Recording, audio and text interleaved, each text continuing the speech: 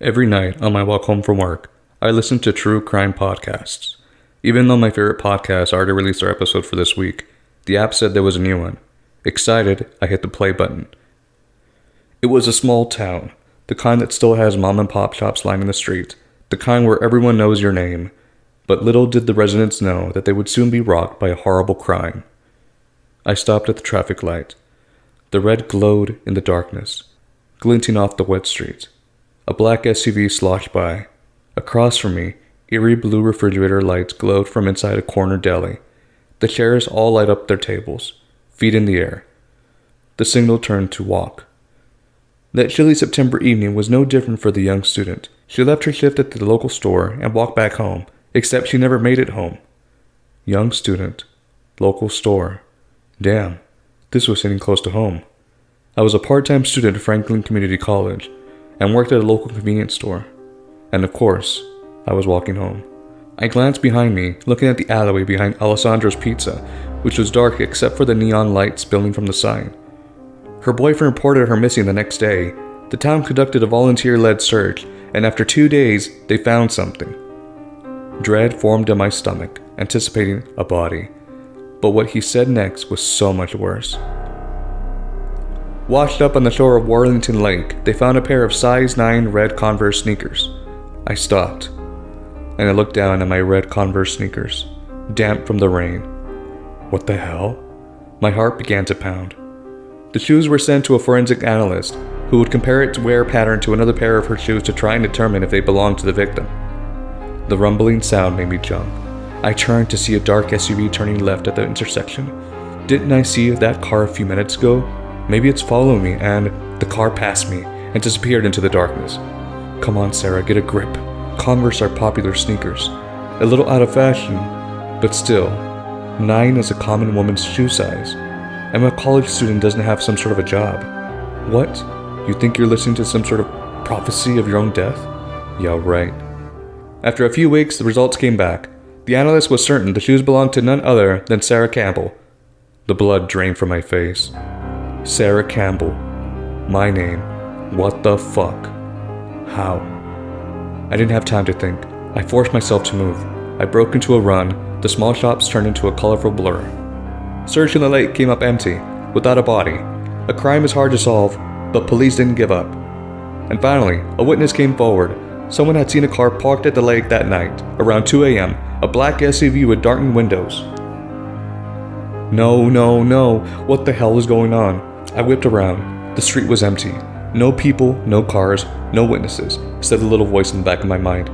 The one that's watched too many true crime shows. My eyes scanned the shops, all closed. There were 6 black SUVs matching the witness description in the Franklin area, but one of them in particular caught Detective Nolan's eye. It belonged to John Kelly, a registered sex offender. The sound was so soft I didn't hear it over the voice of the podcast. I whipped around, and there it was, 2 blaring white headlights behind me, coming from a black SUV. I forced my legs to pump faster. The car didn't speed up. It crawled along, slowly, taking its time, like the driver knew he could catch me, no matter what. I glanced back, trying to make out behind the darkened windshield, but the headlights were too bright to see anything. Kelly wasn't just a registered sex offender. He'd been convicted of assaulting a woman he worked with, who had multiple piercings and short dark hair, just like Sarah. The car crawled down the road, stalking me like a lion stalked its prey. I veered left onto our dark residential street. Just a few more steps. Headlights flashed across me, illuminating my running shadow on the pavement. I didn't look back. I just ran, as fast as I possibly could. The little brown house with the yellow shutters came into view. I sprinted across the grass, grabbing my keys from my pocket. Click.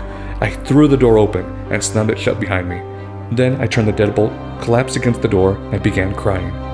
I heard the rush of the car passing our house, continuing down the road, but I wasn't safe. Gabe wasn't home yet. I was alone, in a dark house, with someone driving around the street who knew exactly where I lived. Still sobbing, I checked all the locks. Then I called Gabe, who assured me he was 5 minutes away. I made my way down the dark hallway and headed into the bathroom. Then I set my phone on the counter, grabbed a clump of tissues, and began to blow my nose. Click. I jumped, whipped around, but it wasn't coming from outside the door. My phone's screen lit up. The podcast was still playing. I must have hit it when I put the phone down. It skipped several minutes forward according to the play indicator. "What do you think happened to Sarah?" the baritone voice asked. I reached for it to turn it off. "Well, she told me she wanted to run away before." I stopped dead. It was Gabe's voice, clear as day, coming from the speakers. "She did? Why?" the voice asked. "She wasn't happy with her grades, her job, her parents. She told me sometimes she dreamed of just moving to some random state, and leaving it all behind." I froze, staring at the mirror. I never said that. Never. Gabe was lying? I mean, that was hurtful to me as her boyfriend, you know? I thought we were going to get married someday, but apparently she didn't feel the same way. My heart pounded in my ears. "So you think she just skipped town and is happily living her life somewhere else, rather than being abducted or murdered?" That's exactly what I think. That's all for now. Thank you to our listeners. The outro played. I stared at my reflection, everything coming down all at once, my mind trying to race and catch up with what it meant. The front door creaked open. Footsteps sounded outside. "Sarah, I'm back." I backed away from the door. "Sarah." My eyes fell on the window. I ran to it, turned the lock. I popped the screen open. Then I swung a leg over, pulling myself through the window, and ran as fast as I could.